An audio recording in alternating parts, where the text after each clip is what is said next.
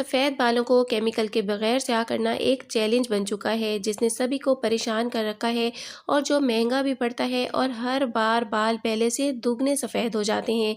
लेकिन जो रेमेडी आज मैं आपके लिए लाई हूँ ये बिल्कुल भी महंगी नहीं है। इसमें इस्तेमाल होने वाली चीज़ें बालों को स्याह करने की ऐसी कुदरती ताकत रखती हैं कि इसका अंदाज़ा आप इस पेस्ट को देख के लगा सकती हैं जिसमें इनके इस्तेमाल ने इसको बिल्कुल स्याह कर दिया है। इसका मुस्तकिल इस्तेमाल बालों को मुस्तकिल तौर पर स्याह करके बार बार हेयर कलर के झंझट से भी आपको फ्री कर देगा।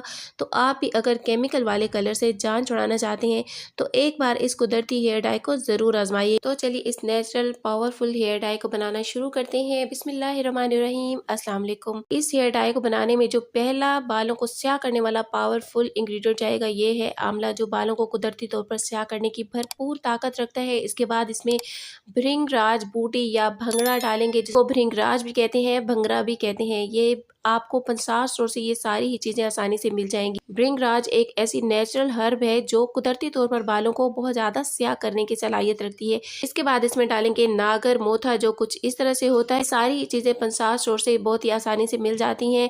तो जो नागर मोथा है ये बालों के लिए बहुत ज़्यादा मुफीद है, उनको स्याह करने के लिए, लंबा घना और मजबूत बनाने के लिए। अब यहाँ बालों को स्याह करने वाली एक और मैजिकल चीज़ जो मेरे पास है ये है जी अमलतास। अमलतास की फलियाँ आपने ले लेनी है, ये भी 50 स्टोर से मिल जाती है। तो नागर मोथा का यहाँ मेरे पास पहले से पाउडर बना हुआ है। आंवला और भृंगराज का पाउडर बाद में तैयार करूंगा। पहले मैं अमलतास को तोड़ के इसके बीज अंदर से निकाल लूंगी। तो अमलतास पे पहले भी एक वीडियो में बना चुकी हूँ, उसमें मैंने बताया है कि किस तरह से आपने इसके बीज इसको तोड़ के निकालने होते हैं। यहाँ एक बार फिर दिखा दूं कि इसके अंदर से जो बीज निकलते हैं वो कुछ इस तरह से होते हैं, स्याह और गोल और शीशे जैसे चमकते हुए, और ये बहुत ज़्यादा स्याह करते हैं बालों को।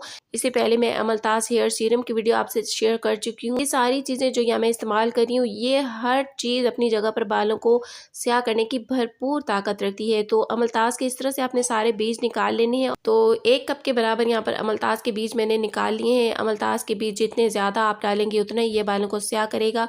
तो ये अब अमलतास को साइड पे रखते हैं और आंवला और भृंगराज इनको मिला के इन दोनों को मैं पीस लूंगी। तो यहाँ पे इनका पाउडर मैंने तैयार कर लिया है। तो अब आते हैं नेक्स्ट स्टेप की तरफ। आपने लोहे का कोई बर्तन ले लेना है, लोहे की कढ़ाई या कोई भी जो लोहे का बर्तन आपके पास मौजूद हो, आपने बस वही इस्तेमाल करना है। अगर आप चाहते हैं कि आपके तैयार किए हुए नेचुरल हेयर डाई के आपको बेहतरीन रिजल्ट्स मिले तो आपने लोहे का ही बर्तन लेना है।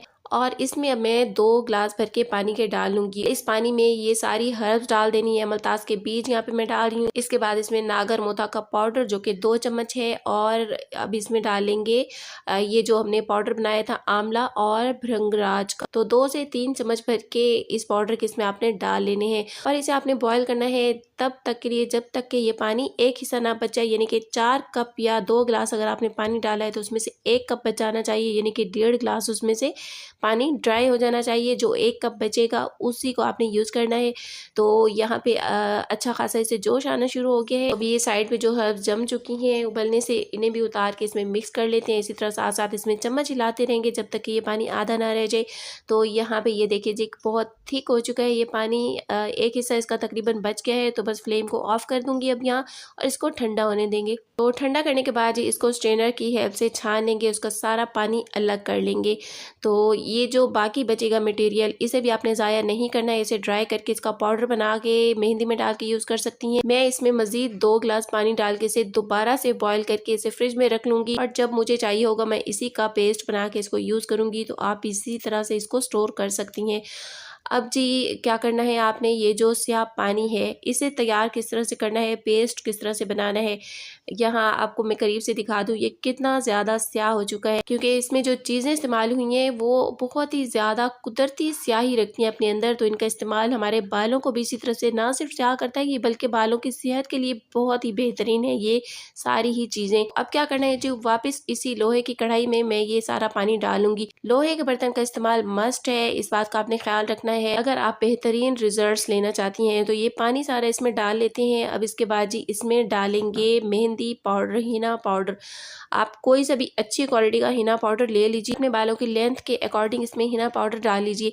मैं अभी ये पतला सा ही पेस्ट बनाऊंगी तो इसमें मैं सिर्फ 2 से 3 चम्मच हिना पाउडर के डाल रही हूँ और अच्छी तरह से इसे इसमें मिक्स कर देना है। इसमें हिना पाउडर को सिर्फ हम एक पेस्ट की बेस के तौर पे यूज़ कर रहे हैं। अगर आप चाहें तो ये जो मटेरियल तैयार किया लिया था, इसी को इस पानी में अच्छी तरह से ग्राइंड करके फिर कपड़े की हेल्प से निचोड़ के पेस्ट तैयार करके डायरेक्ट उसी को अपने बालों में लगा सकती हैं। अगर आप हिना पाउडर यूज़ नहीं करना चाहती हैं, लेकिन हिना पाउडर डालने से ये फ़ायदा भी होगा कि बालों में थोड़ा नेचुरल डार्क ब्राउन सा शेड आएगा। तो इसको अच्छी तरह से मिक्स करने के बाद इसी लोहे की कढ़ाई में रात भर के लिए रख देना है। लोहे के बर्तन में जब मेहंदी या ये स्याह करने वाली हर्ब्स डाली जाती हैं तो वो अपना रंग बहुत ज़्यादा डार्क निकालती हैं, इसीलिए लोहे का बर्तन ज़रूरी होता है। और 24 आवर्स से भी ज़्यादा टाइम गुजरने के बाद हमारा natural jet black hair dye तैयार हो गया है। इसका कलर आप देख सकते हैं कितना ज़्यादा ब्लैक है।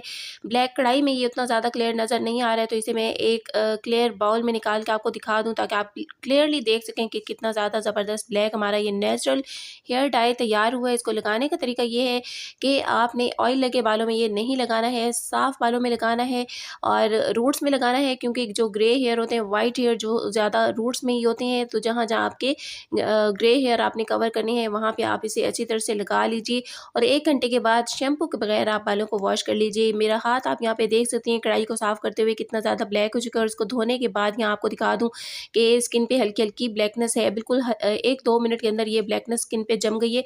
तो आपने या ब्रश की हेल्प से इसको लगाना है अपने बालों में या फिर ग्लव्स पहन लीजिए, क्योंकि ये जो ब्लैकनेस मेरे हाथ पे आपको नज़र आ रही है ये टाइम गुजरते गुजरते और ज़्यादा डार्क होती जाती है और हाथ और नेल ज़्यादा ब्लैक हो जाते हैं। लिहाजा आपने हाथों को ब्लैक होने से बचाने के लिए ग्लव्स पहन के इसका इस्तेमाल करना है और बालों में 1 घंटा इसको लगा के बगैर शैम्पू के बालों को वॉश कर लेना है। हफ्ते में 3 मरतबा आप इसको लगाएंगी तो आपको इसके बेहतरीन रिजल्ट्स मिलेंगे। आहिस्ता आहिस्ता आपके ग्रे हेयर बिल्कुल ब्लैक हो जाएंगे। नेचुरल चीज़ें आपको आहिस्ता रिजल्ट्स देती हैं, लेकिन उनके रिजल्ट्स लॉन्ग लास्टिंग होते हैं। तो इंशाल्लाह इसके मुस्तकिल इस्तेमाल से आहिस्ता आहिस्ता आपको किसी केमिकल वाले कलर की मज़ीद ज़रूरत नहीं रहेगी और आपके बाल नेचुरली ब्लैक हो जाएंगे, सेहतमंद और खूबसूरत हो जाएंगे।